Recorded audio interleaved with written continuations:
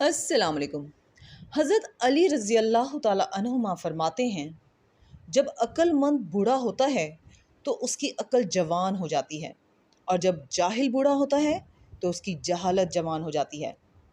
پانی حد سے بڑھ جائے تو طوفان بن جاتا ہے، انسان حد سے بڑھ جائے تو شیطان بن جاتا ہے۔ آج کا سبق شروع کرتے ہیں۔ پناہ مانگتی ہوں اللہ کی شیطان مردود سے۔ شروع اللہ کا نام لے کر جو بڑا مہربان نہایت رحم والا ہے۔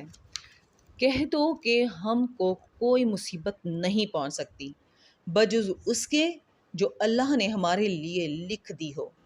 وہی ہمارا کارساز ہے، اور مومنوں کو اللہ ہی کا بھروسہ رکھنا چاہیے۔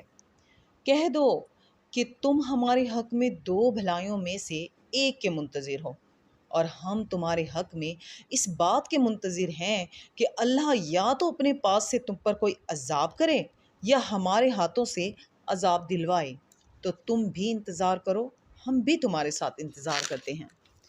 کہہ دو کہ تم مال خوشی سے خرچ کرو یا ناخوشی سے، تم سے ہرگز قبول نہیں کیا جائے گا، تم نافرمان لوگ ہو۔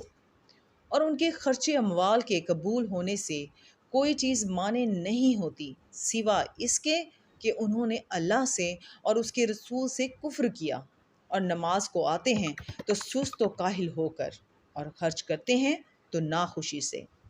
تم ان کے مال اور اولاد سے تعجب نہ کرنا، اللہ چاہتا ہے کہ ان چیزوں سے دنیا کی زندگی میں ان کو عذاب دے، اور جب ان کی جان نکلے تو اس وقت بھی وہ کافر ہی ہوں۔